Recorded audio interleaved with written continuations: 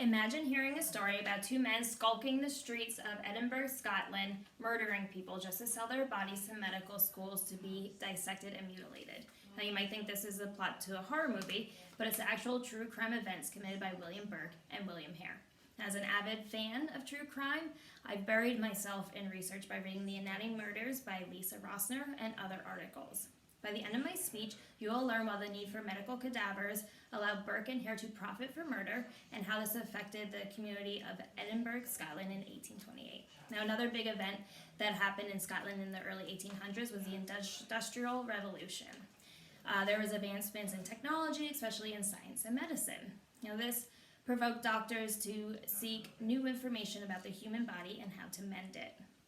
These doctors and surgeons could practice on cadavers, which they obtained from the execution of criminals. But then the Judgment Death Act of 1823 was passed, and this lessened crimes that could be punishable by the death sentence. So this meant less bodies for medical schools. This opened up the black marketplace for thieves called body snatchers. So these body snatchers would go to graves, dig up the bodies, and sell them to medical schools. Now, the fresher, the better. So families started hiring guards or building mort safes to protect their recently deceased loved ones. Now, technically, it wasn't illegal to steal the body, but it was illegal to disturb the grave. Now, Burke and Hare kind of came into this profession by accident. Burke and Hare were both Irish immigrants who came to Scotland to find work. They met while doing some seasonal farm work, and Burke eventually moved into the lodging house that was run by Hare and his wife. And this is when the opportunity to sell bodies kind of fell in their laps. Now, Donald was a tenant, and he died of natural causes, but he still owed rent of £4.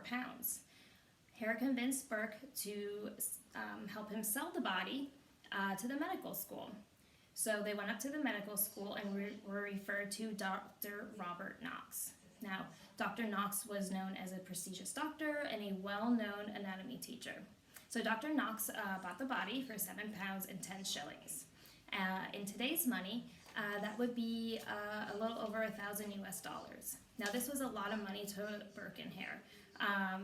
It would take them 3 harvests or 3 years to make that kind of money. So they decided that it was easier to murder people than to dig them up or to do hard labor.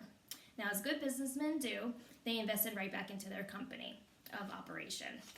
They bought alcohol. Yes, they drank the alcohol, but they also used it to lure their victims into the lodging house.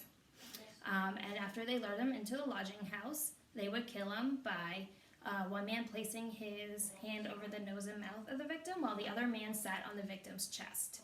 And this would suffocate them. This technique was coined burking. And they killed many of their victims doing this, and they also sold all their bodies to Dr. Knox.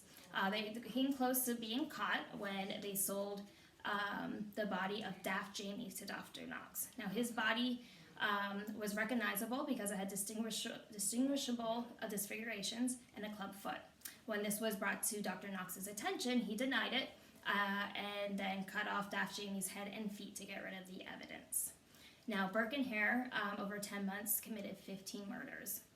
And their 16th and last murder was of Marjorie Campbell.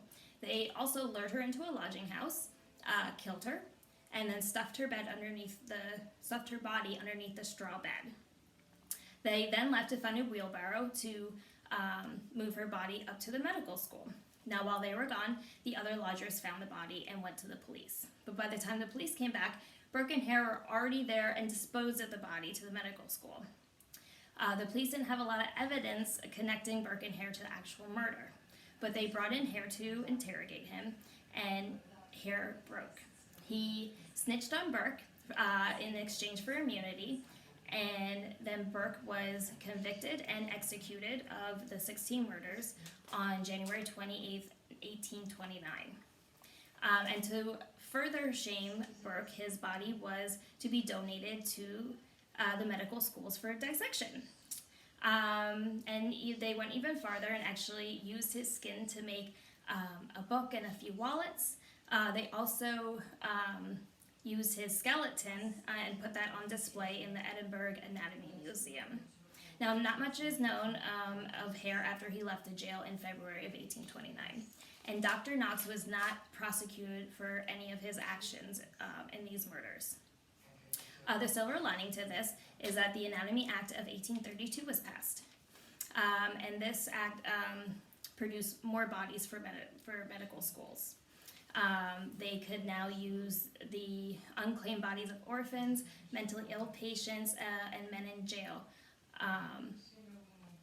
And they could only be donated, they could not be sold.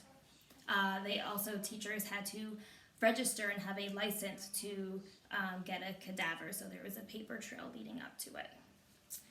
So the need for the advancement of technology and medicine led to the underground operation of stealing corpses.